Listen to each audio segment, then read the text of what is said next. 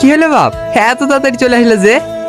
আজকে অনেকটা পথ জার্নি করেছি তো, পাগুলা ব্যথা করছে, তাই চলে আসলাম। ভাই আমাদেরকে হুইটলি চলেন না। হ্যাঁ ভাই নিয়ে চলেন না। বললো না ভাই শরীর খারাপ, কাল কি যাস? যাও বাপ, তুমি ঘরে গিয়ে আরাম করো গা। কি হয়েছে তোমার? কিছু হয়নি। কিছু হয়নি তো, মুখ শুকনো শুকনো লাগছে কেন? চা খেতে গিয়ে দোকানদার আমার সাথে টাকা লিয়েছে বুঝলি, রাকেশরা দোকানদারকে ধরে মারলো। আমি একটা জিনিস বুঝতে পারছি নি, আমার সাথে টাকা নিতে অসুবিধা কোথায়, আর আমাকে ডাকাত বংশের জামাই বা বললো কেন? ডাকাত বংশের জামাইকে ডাকাত বংশের জামাই বলবে না তো কি বলবে? তোমার আব্বা ডাকাত? আর একটু আগে তোর বললে যেটা বললে সেটা সত্যি? হ্যাঁ, এই গ্রামে সবাই আমাদেরকে ভয় করে চলে। আব্বুর ওপর দিয়ে কেউ একটাও কথা বলে না। শুই বললা যে খাবা না? না, সব থাকলো আমার পেটেই ডাকাত পড়ে দিয়ে দিল। আজকে একটা বড় হাত মারতে হবে। হ্যাঁ, তো রাতে বাইরে যে বাপ। একটু বাথরুমে যেতাম। ও